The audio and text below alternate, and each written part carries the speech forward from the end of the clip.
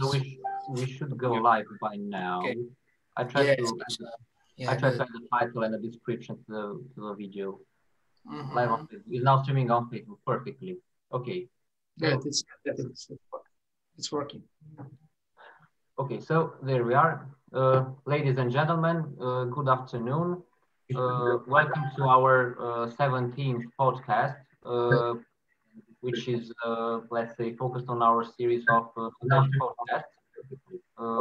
Right now, we are trying to talk about the discourse and instrumentalization of religion when it comes about politics, civil society, strategic narratives. And by our side, we have a very honored special guest, Father Kirill Hovorun, if I pronounce the name correctly, which is assistant professor at Loyola Marymount University, vice dean of political ecclesiology at St. Ignatius Academy, and co-chair of the Center for Eastern Christian Studies at Stockholm School of Theology.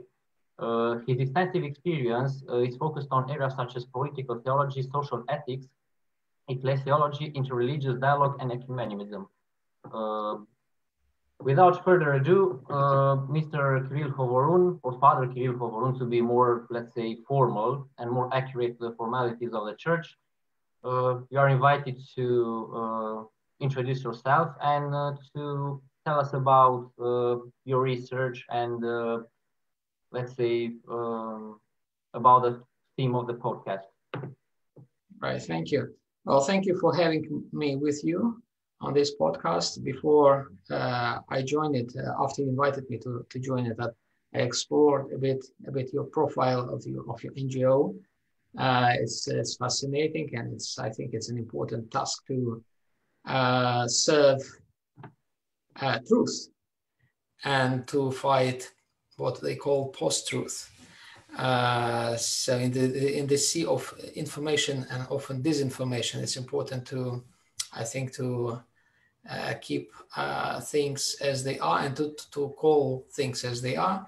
I believe it's very Christian after all, and it's a sort of mission, an important mission.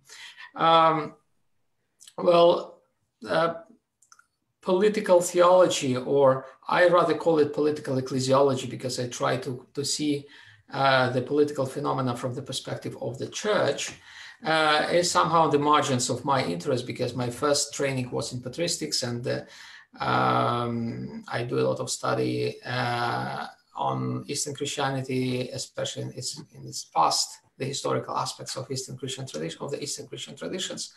But it happened that somehow the political developments attracted my attention. It was almost unavoidable, and I could not escape it. Primarily because of the developments in Ukraine. As you know, the country has been attacked, a part of it has been annexed, Crimea, and unfortunately, the religious factor has played an important role in these developments. The church, I believe, was instrumentalized by the politicians, especially in Russia, to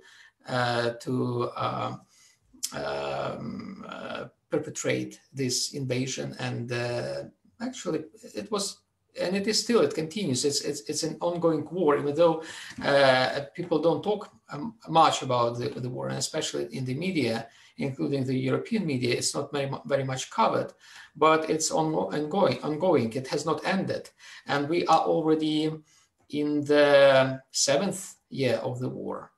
And let us not forget that this is the war which is ongoing, which is going on the European soil. We were very much attracted by the recent news with the war in Artsakh, in Nagorno-Karabakh, the war between Armenia and Azerbaijan. That war lasted several days only. Our war lasts now almost 7 years. We are in the 7th year of it.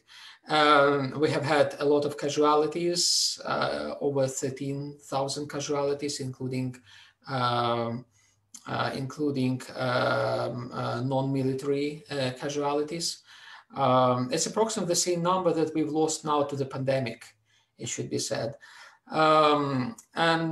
It's a kind of huge humanitarian disaster. with over 1 million registered refugees, internal refugees, or internally displaced people having moved from the occupied territories in Donetsk and Luhansk areas to other parts of Ukraine. We are constantly under the pressure and under the cyber attacks, under the different informational assaults. So we are under constant pressure because of this aggression, and it continues to include, this aggression and the resistance to the aggression continues to include the religious factor, the ecclesial factor. After all, the event that happened 2 years ago and which made a lot of noise, especially in the Orthodox countries, including in Romania. It has been discussed in Romania, I know, widely. The granting autocephaly to the Ukrainian Orthodox Church by the Ecumenical Patriarchate was just a part of this canvas of military, political developments. I believe that the autocephaly of the Ukrainian Church was just one of many responses to the war in the East, to the Russian aggression. Because the political leadership realized, and it has been supported by the society, they realized that the church is not anymore just a religious matter. It's also a political matter. It matters politically, and it plays an important role in the national security. I wish it was not. I wish the church would stay, away from politics as far as possible. But it's not like that. It doesn't work this way so far in Ukraine. Therefore, it needs some reflections. This situation needs some reflections, theological outlook, and that's what I'm trying to do in my studies, in my research. So it's a kind of brief apology, if you want, of dealing with politics by a theologian who never thought that he would be dealing with it. Dragos, you have something to add? Yeah, the situation in Ukraine is very interesting, and as Father Kovor mentioned, it echoed in Romania too. But regarding the fact that the Orthodox Church in Ukraine was instrumentalized by Russia, it's a fact that Kremlin used Russian Orthodox Church to maintain power in the former Soviet space. And in this, I think that it's very relevant to mention the Holy Rus complex and the Holy Rus political. It's a political project of. Well, it's a political construct nowadays, unfortunately. Yes, a political construct. So, having this in mind, Russia, let's say, promotes a strategic narrative based on Orthodox values in this former Soviet space. How you think it can affect, let's say, the Orthodox societies in the EU? Because we have some countries that are EU member states: Romania, Bulgaria, Greece, Cyprus. They are engaged to promote European values. Those European values are exactly the values that Russia contests.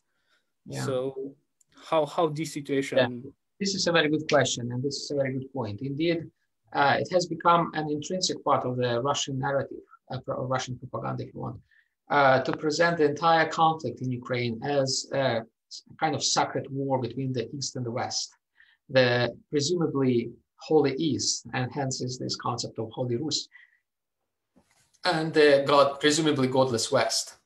It's a very easy kind of picture to depict and to digest, because it's kind of black and white picture, dualistic, and people who follow this narrative, who consume this narrative, they adopt this idea that Russia is a stronghold of holiness and sanity and everything that you can deem positive and good in the world, and the rest of the world, particularly the West, particularly the EU, represents all sorts of deviation, corruption, moral corruption. There is a meme as well in Russia, which is widely spread, also among the Orthodox. Instead of calling Europe, Europa, they call it Gayropa, meaning Gayrop. So for them, it is, they include the fight for human rights in Europe to the catalog of those sins and deviations that they used to use in order to alienate people from the Western values. Yes, it is a part of the human rights issue indeed. Russia tries to interpret the human rights, the universal human rights, in its own way, and tries to doubt the European interpretation of the human rights. And also, yes, it says, essentially, the propaganda says that the Russian Orthodox Church nowadays is the only stronghold of, of true values, traditional values. Other churches, particularly the Ecumenical Patriarchy, they say, has deviated from those values. For them, for many in Russia and in Ukraine, actually, people who are still with the Moscow Patriarchate in Ukraine, they believe that, for instance, the Ecumenical Patriarchate and other Western churches, they assume also the Romanian Church, even though it is probably one of the largest Orthodox churches in the world. They believe that all the churches that belong to the EU, that subscribe somehow to the values of EU, are apostates, have deviated from Orthodoxy. They are not Orthodox properly anymore. And they believe that the leading force behind this is the Ecumenical Patriarchate. I just read recently a post on the social media by a Ukrainian metropolitan under the Moscow Patriarchate. He's in Zaporozhye. His name is Luka, Metropolitan Luka, and he made a post about the COVID, the pandemic, and he believes that the pandemic has become possible because of the globalization, which is true. But what is peculiar about his idea is that the pandemic of COVID has been artificially produced, inspired, and promoted by the evil forces. And he has included to those forces George Soros, no doubt, but also the Ecumenical Patriarchate and the Vatican. So he believes that, behind this pandemic, behind this, this unfortunate development in the world are, the Roman Catholic Church and the Ecumenical Patriarchate, which is really crazy. But he represents a good number, a big number of people, of faithful, who have been affected by this sort of propaganda and this sort of post-truth, and people really believe in this stuff. This is really outrageous, and for them, I should say, all those Christians, Orthodox Christians who live outside the, as it were, the orbit of the Russian Church or the Russian state, particularly in the EU or in the United States, they've sold out their souls to the Western values. They're not anymore the Orthodox in the way that they should be. So that is a kind of perception which is, of course, is completely wrong. Yes, thank you. Thank you very much for the useful information. As a remark here, you told us about that priest in Zaporozhye, if I can remember well.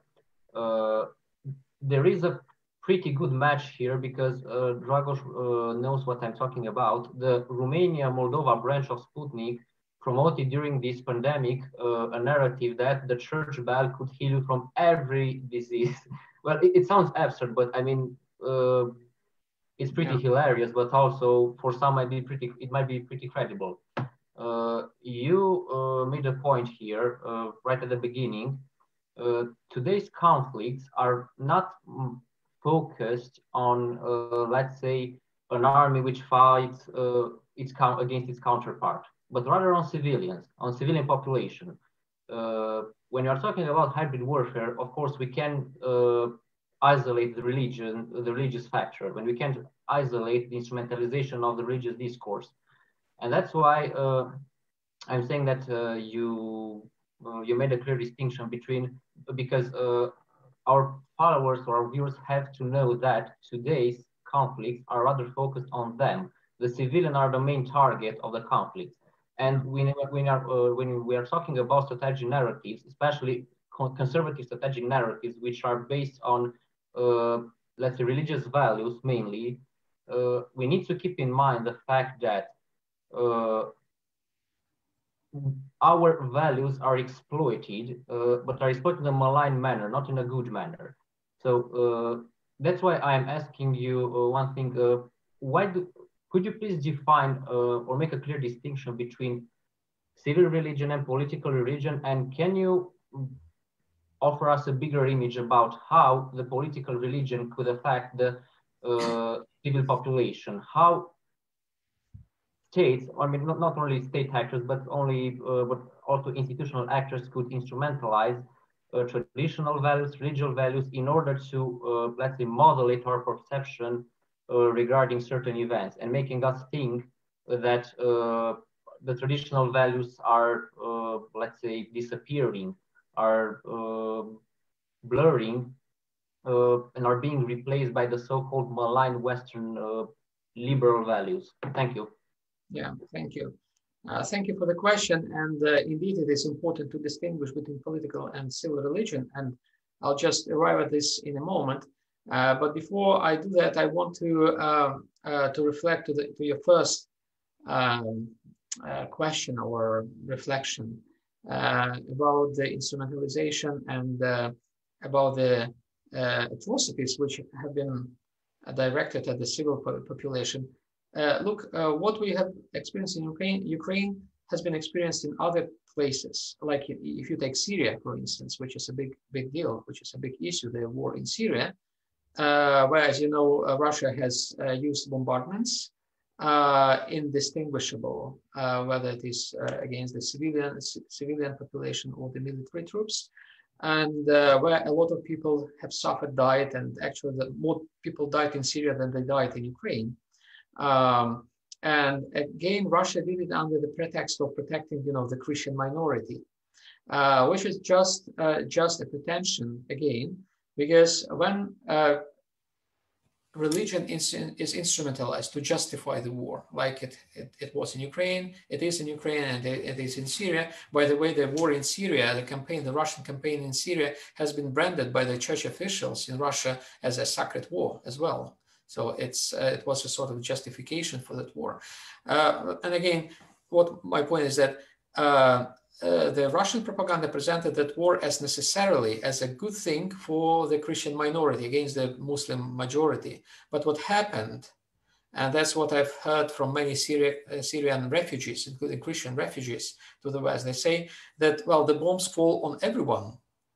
And the Muslim majority in Syria now, because of this Russian rhetoric, now blames the Christian minority in Syria. So the Christian minority is essentially under the double pressure. First, they are killed by the bombs, by the Russian bombs, in the same way as the Muslim neighbors are killed. And second, they are additionally hated by the Muslim majority, because the Muslim majority is easy now to blame the Christian minority for provoking, for causing these bombardments and these human losses. So it's really it's the worst thing that you could imagine, for this Christian minority, what happened as a result of the bombardments in Syria. So it's really, and this is and what happens effectively is that on the pretext of protecting the Christian civilians in Syria, the Christian civilians suffer most in Syria.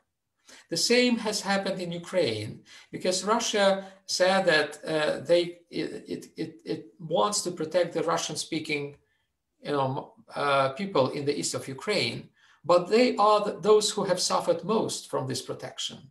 So this is really, they've achieved the opposite to what they said as their goal.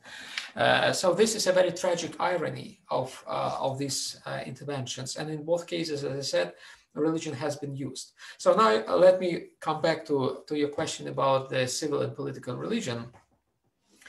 I think it's a very important distinction. It's very helpful to understand what is going on in Russia, in Ukraine, and in other places, in other countries.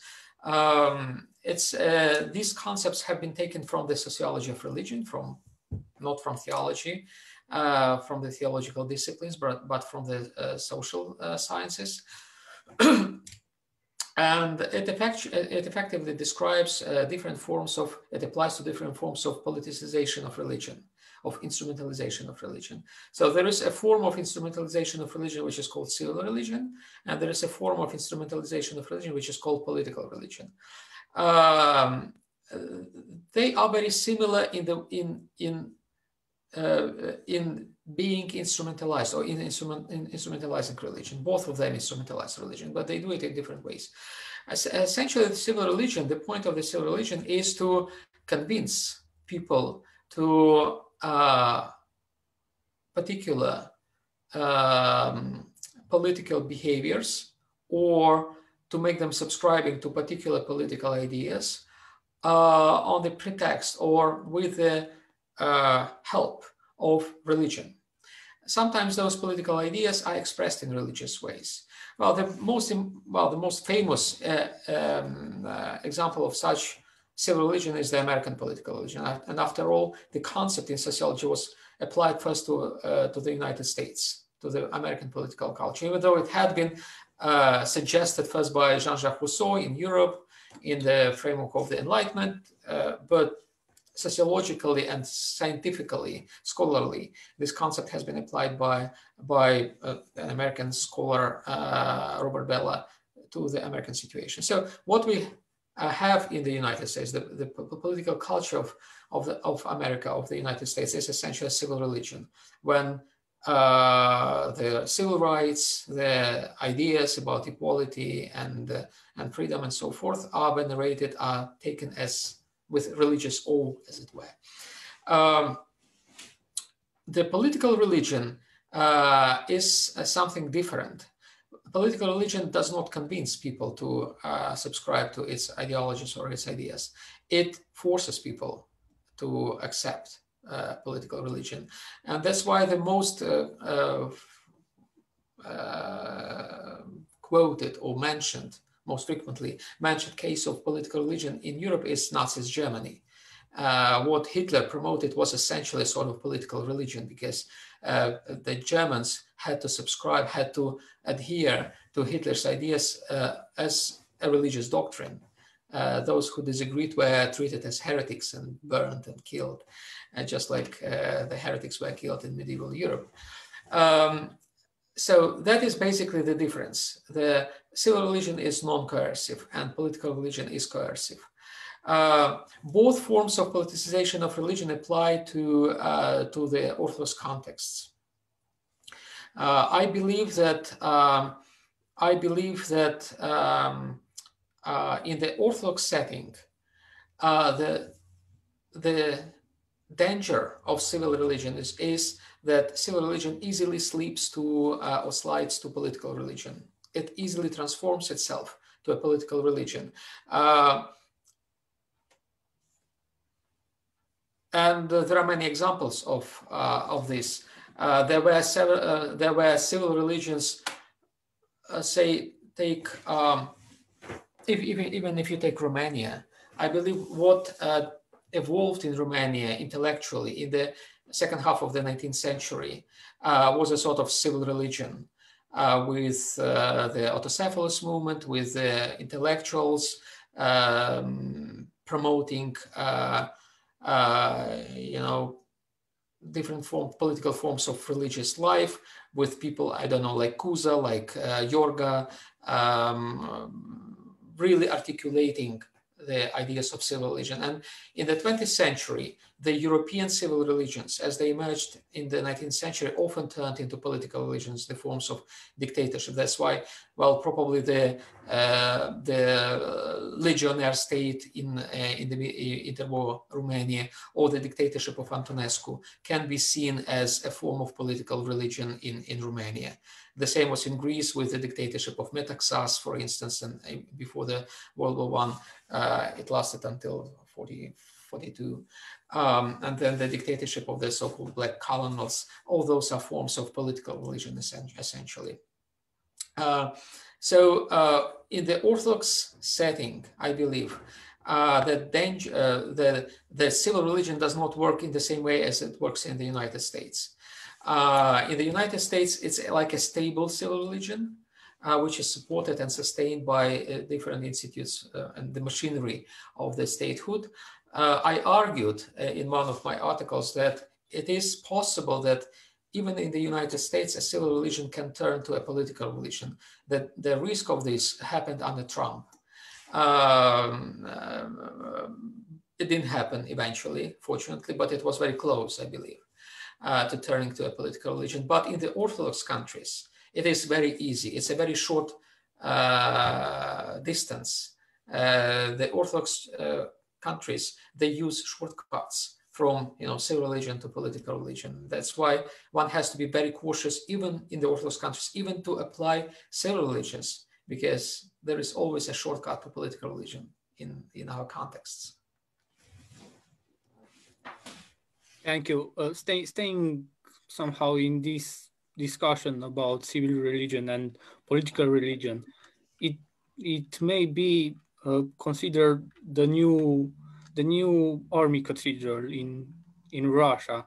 It's an expression of political religion, as we consider further the Christ the Savior Cathedral as an expression for civil religion. Because in the new army cathedral we have some communist symbolism there, and even the construction itself, the cathedral built from the scraps from the Nazi army technique. Oh, that's a very good point. That's an excellent point. I completely agree. And in my book, Political Orthodoxies, I argued that the Christ the Savior Cathedral was built in the beginning of the 19th century as a temple of the civil religion, Russian civil religion, because I believe it was born in the beginning of the 19th century under Alexander I. And I believe that Leo Tolstoy, in his War and Peace, his famous novel, essentially describes the birth of a Russian civil religion. So if you read this novel from the point of view of, sociological point, or the point of view of sociology of religion, you can clearly distinguish the elements of civil religion described by Leo Tolstoy. And after the fall of communism, a form of civil religion was reborn in Russia. I believe it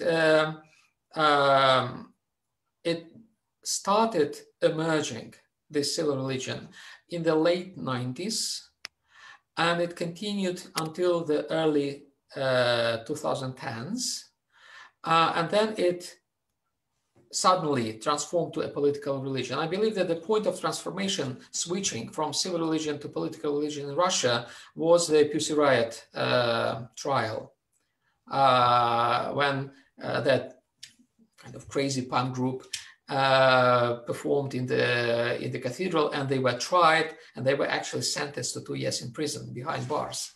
That was a turning point for civil religion turning into a political religion. And of course, this political religion culminated in the aggression against Ukraine. The war in Ukraine was a manifestation of this political religion. And that's why the war was justified by religious motivations, in religious terms. It was branded as a sacred war against the godless West. And this narrative became a part of the Russian political religion. People really believed in that. People really went to the east of Ukraine to fight, to kill, in the name of this, crazy ideas about, Holy Rus and holy war against the godless West.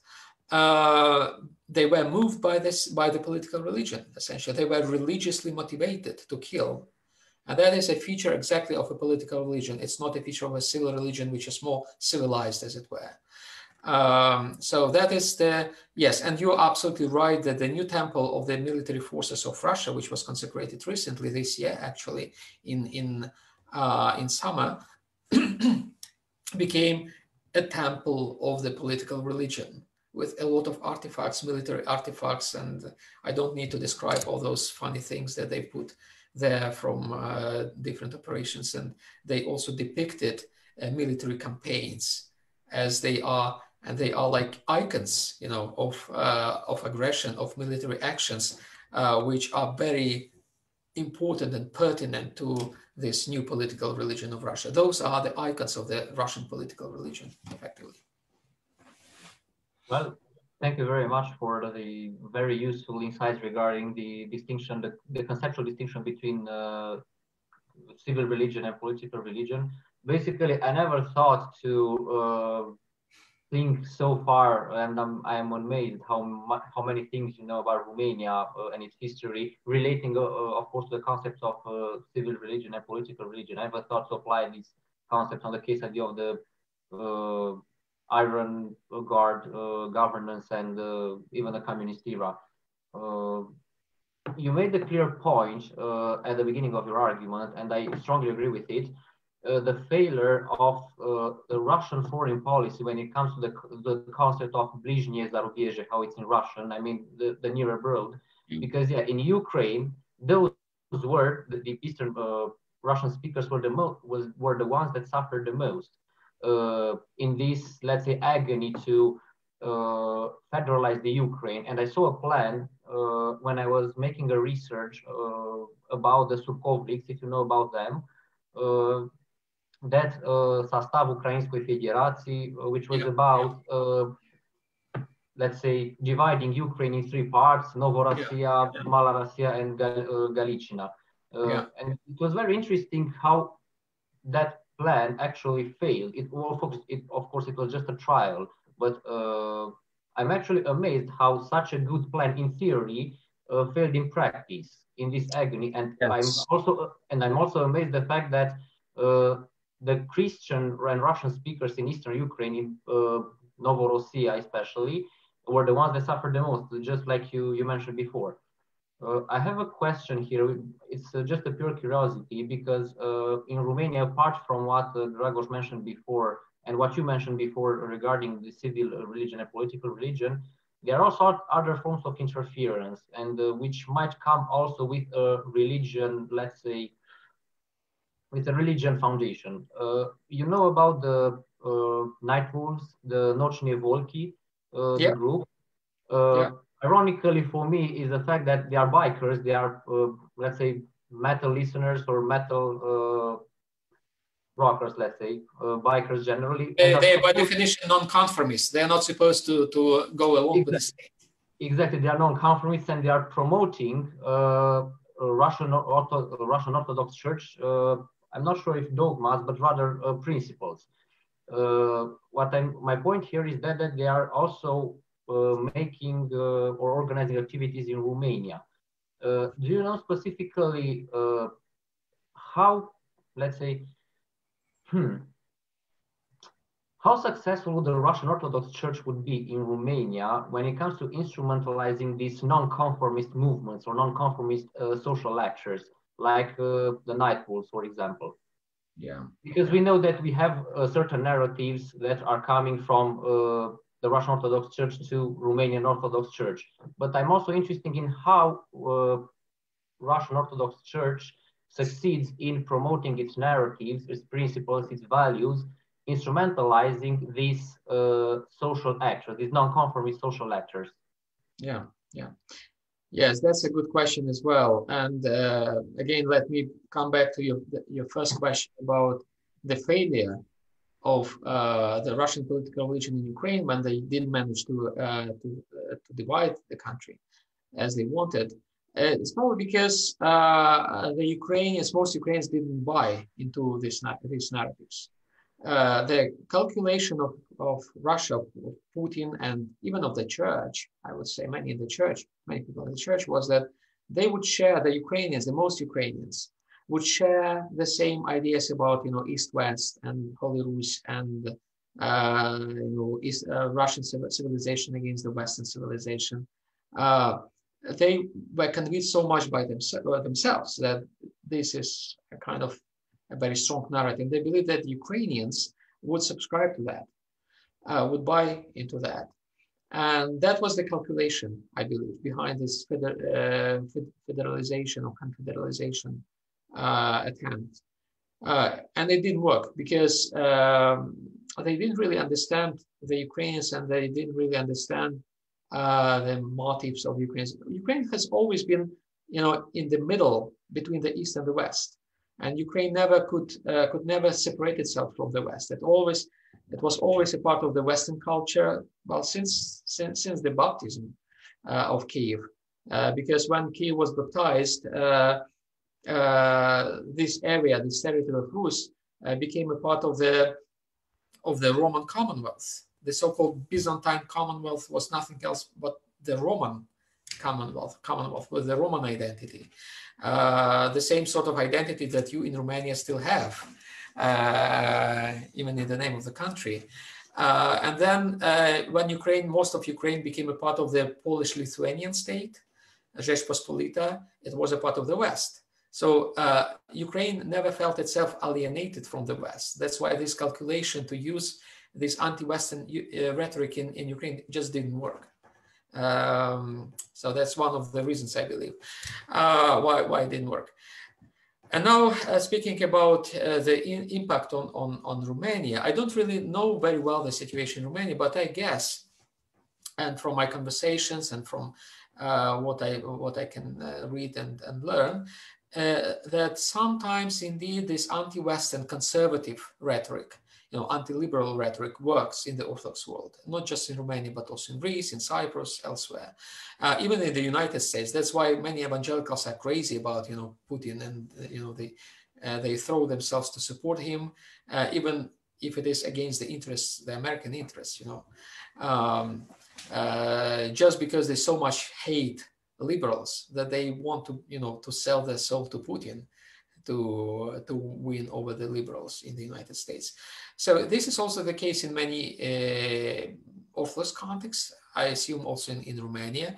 But what Russia does with this rhetoric, I think the Russian attitude to this rhetoric of traditional values is very much postmodern. The leadership that promotes this rhetoric does not believe in it. But the leadership of Russia uses this rhetoric as well as other narratives. They try to sell those narratives to different groups in the West. Like, for instance, they try to appeal to, Latin American socialists, people like Maduro, and to sell a neo-Marxist rhetoric or neo-Marxist narratives to the leftists, to the left in Europe or in Latin America or elsewhere, and they're quite successful. At the same time, they sell the opposite ideology, the right-wing, sometimes far-right ideology, to the conservative groups, to the alt-right groups. So they simultaneously sell the self-excluding ideologies to different groups in order to stir, controversy, confrontation in the societies, and they're quite successful.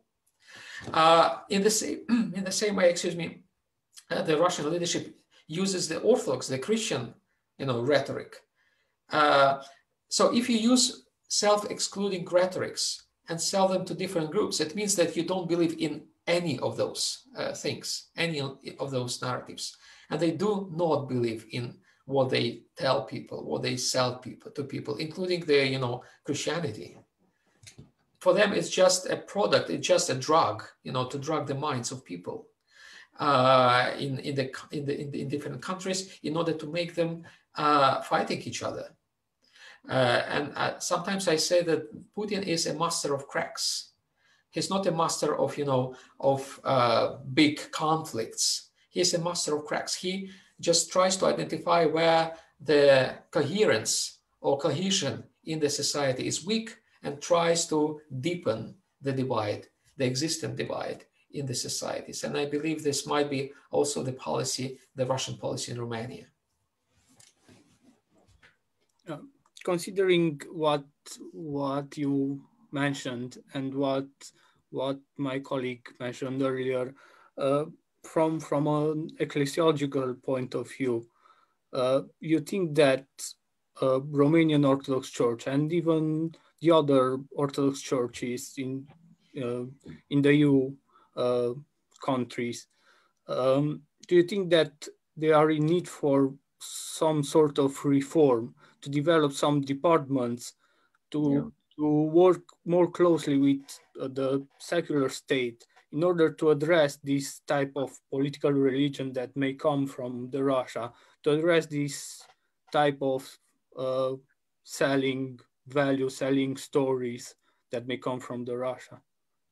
Well, I think certainly the church needs to be aware when someone tries to use it. And I believe there are people maybe in the Romanian church as well, including the hierarchs, who have been used by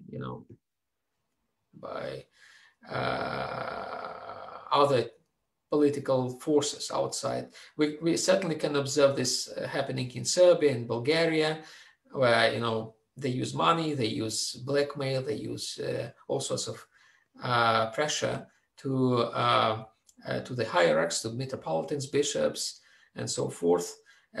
Probably there was a scandal in Greece where some Russian diplomats were expelled from the country because they tried to approach and to manipulate the hierarchs and monasteries of the Greek church. So the Greek security forces were just alerted and acted to neutralize this impact. So the church needs to be aware that it can be instrumentalized, can be used in this way, and probably it is being used already. That's why, as we say in the Orthodox spirituality, we need discernment. We need to be wise, and we need to discern between the spirits. What kind of spirit tries to influence us? Whether this is an evil spirit that wants to mislead us and to instrumentalize us, or this is a good spirit. So I think the Orthodox science of discernment, spiritual discernment, can be helpful in dealing with these threats.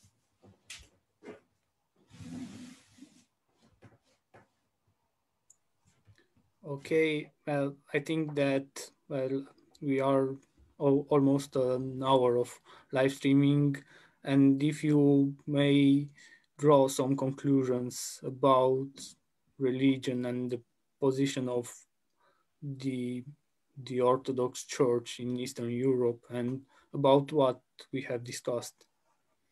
Yeah, I think the church in the Eastern and Central Europe and Southern Europe has a tremendous social and political power and capital, and probably should use it for the good of its people. I think it's good not to get involved in these imaginary culture wars against the West, East versus West, liberals versus conservatives, or conservatives versus against liberals. This is all very damaging. It's not helpful at all. It's much better to concentrate on the reality of living in a democratic context. Try to find a way for the Orthodox Church to live in the democratic context. I believe, from my studies at least, and I'm working now on this, that the democratic values are very much innate in the nature of, especially of the Eastern Christianity, it should be said. And I believe that the Eastern Christian Church played a very important republican role in the Roman state. So when the Roman state embraced Christianity, it was an empire. And the church was the only republican institution that remained as functionally republican. The Senate was almost obsolete when Constantine moved his capital from Rome to Constantinople. Essentially, the church played the role of the republican institution within the empire. It was a counterweight to the imperial and autocratic monarchic tendencies in the empire. And the church retained many democratic procedures in itself, like electing bishops, like the councils of the church. The councils of the church is nothing else but a democratic republican institution within the church that has survived, which was preserved within the imperial setting. So we have a lot of resources to think about and to rely upon in living in the European democratic context. well, maybe it may sound too ambitious and too optimistic, but I believe the Orthodox Church has a lot of internal, inner resources in itself, in its history, in its past, that may help this church even to teach, the political institutions to be really democratic, really kind of accountable and transparent, and to stick to the values that they promote. Yes, very good insight. Thank you very much. I have a question, and I'm speaking right now in the name of, let's say, Romanian Orthodox Christians. As a father, how would you recommend them to, let's say, to relate to Orthodoxy in a world dominated by, or mostly dominated by secular values? And how would you recommend them to, let's say, face or to become resilient to, let's say, malign influence or to religious malign influence, let's say, promoted by certain state actors which are instrumentalizing the religion? Yeah. Well, let us not forget that the Orthodox churches, especially in Eastern Europe, they have had a very bad experience of secularization, much more severe secularization than what they face now in Europe, because the communist regime was a very rough form of secularization, wasn't it? We call it the persecution against the church, but it was nothing else but a form of secularization, very forceful, very violent. And, well, the church survived it. Why it should not survive, milder forms of secularization as they take place in Europe, where, well, Europe, I mean, it's tolerant, but it means that it's also tolerant to our Christianity. So why not use this opportunity? I don't think that the situation for the church is worse than it used to be under communism, and the church survived communism.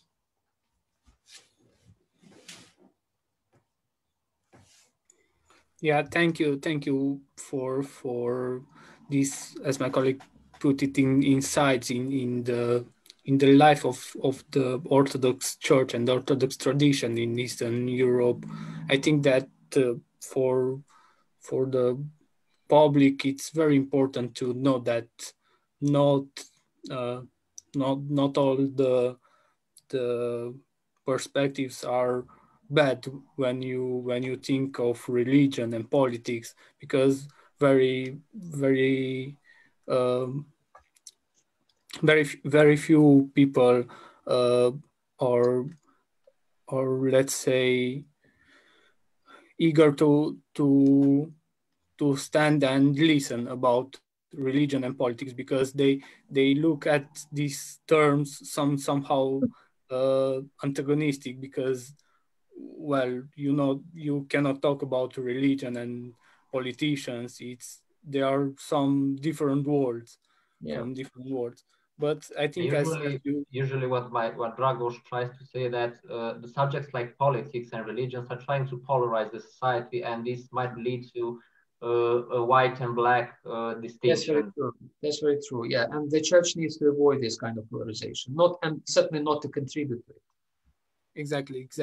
And as you very well pointed, I think that even for the church, for the politicians, for the public, it's very important to be aware about the possible instrumentalization of the values, the church, and so on, but not to lose the faith, not to lose the light, and certainly in this time of pandemic, not to lose the hope. That's true. That's true. Of better days. Good. Indeed. Yes. Well, to draw some conclusion as well, thank you very much, Father Kirill Vovorun, for offering us very good insights regarding religious studies and religion instrumentalization in different countries, with very huge palette, let's say, of case studies like Russia, Ukraine, Romania, US, Bulgaria, mostly not only, let's say, Eastern Orthodox space, but also Protestant space when we are talking about US, which is a rather heterogeneous space when it comes to religion. Basically, my concern is that at least Romanians, because we are having, even if it's in English, we are having predominantly Romanian audience here. My concern is that Romanians need to be more receptive, more critical when it comes to religion. They need to be more tolerant, because some of them usually replace the word tolerance with fundamentalism, and not really aggressive fundamentalism, but that sort of passive or assertive fundamentalism, which not only affects their relations, but also affects the perception of, let's say, the Romanian Orthodox Church relating to other Christians from other cults and other religions.